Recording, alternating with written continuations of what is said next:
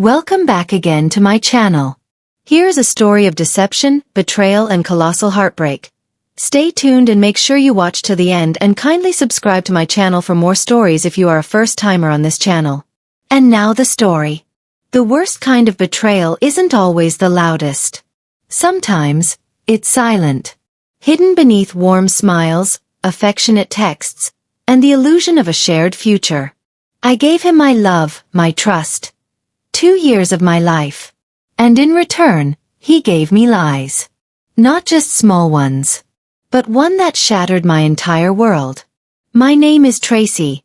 I met Andrew at a mutual friend's birthday party. He had a crooked smile, the kind that made your heart skip a beat, and eyes that sparkled like he carried secrets you wanted to unravel. And I did, at least I thought I did. He was charming, confident, and attentive. Our first conversation felt effortless. He made me laugh, and when he looked at me, it felt like I was the only woman in the room. By the end of the night, I knew I wanted to see him again. Our first year together was beautiful. He was sweet, romantic, and surprisingly thoughtful. He'd send flowers to my office just because, and cook for me on nights I came home tired. He'd run his fingers through my hair as I talked about my day, nodding like every word I spoke mattered. With Andrew, I felt safe. We moved in together after 10 months. He had insisted we find a place together, somewhere we could build our life. "This is it for me," he'd whispered one night, tracing circles on my back. "You're my forever." I believed him. Why wouldn't I? But slowly, cracks began to form. It started subtly. He began staying late at work more often. His phone was always on silent, face down. He'd step out to take calls that seemed urgent. I asked about it, and he'd sigh, rubbing his temples. "It's just work, babe. I'm trying to secure a promotion. Let me focus." And I did. I supported him, gave him space, cooked his favorite meals, massaged his shoulders after long days. I was patient, believing it was just a phase. Believing we were still okay. Then came Valentine's weekend. He told me he had to travel for a business conference and apologized profusely for the timing. I was disappointed, but I tried to be understanding. I even packed his bag for him. 2 days later, I found a hotel receipt tucked in the pocket of his jeans while doing laundry. It was for a luxurious suite in another city. For 2 people. Dated over the Valentine's weekend. My heart thudded painfully in my chest. When I confronted him, he didn't flinch. He said it was for a colleague who couldn't make it, and he ended up canceling. "It was nothing," he said, brushing it off. I wanted to believe him. I needed to. But doubt began to rot inside me like a wound left untended. A few weeks later, I received a message from someone unexpected.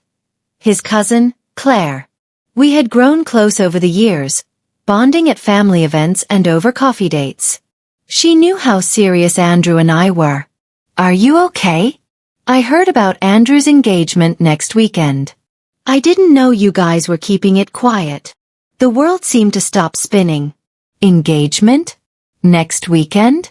I called her immediately, my voice trembling. She hesitated, confused by my reaction. "He's marrying Emily, his longtime family friend. Their parents arranged it. Everyone assumed you knew." I thought, maybe it was an open relationship. I laughed. Not out of humor. It was a bitter, sharp sound. That evening, I waited for Andrew to come home. I didn't cry. I didn't scream. I simply sat on the couch, arms crossed, heart hammering. When he walked in, I asked him, "Are you marrying someone else?" He froze.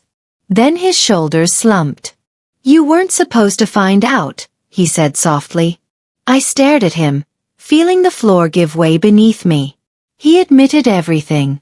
His family had arranged the marriage months ago. Emily came from wealth, influence, and tradition. Saying no wasn't easy, and he didn't want to disappoint anyone. "But I love you," he said quickly. "You're the one I truly love." I just I had to do this. I blinked at him. You were going to marry her and keep me like a secret? No, not like that. We could figure something out, he said. Please, just let me explain. I slapped him. Not in rage but in heartbreak. My fingers stung. I'm not a second option, I whispered. I'm not someone you keep on the side. I walked out. No tears, not yet. Just silence. The days that followed were heavy. I moved out of our apartment. I blocked his number. I deleted our pictures. It felt like mourning. Like grieving a ghost of a future I'd once clung to. I cried until there were no tears left. I screamed into pillows, ignored friends, buried myself in work. I didn't want to talk about it.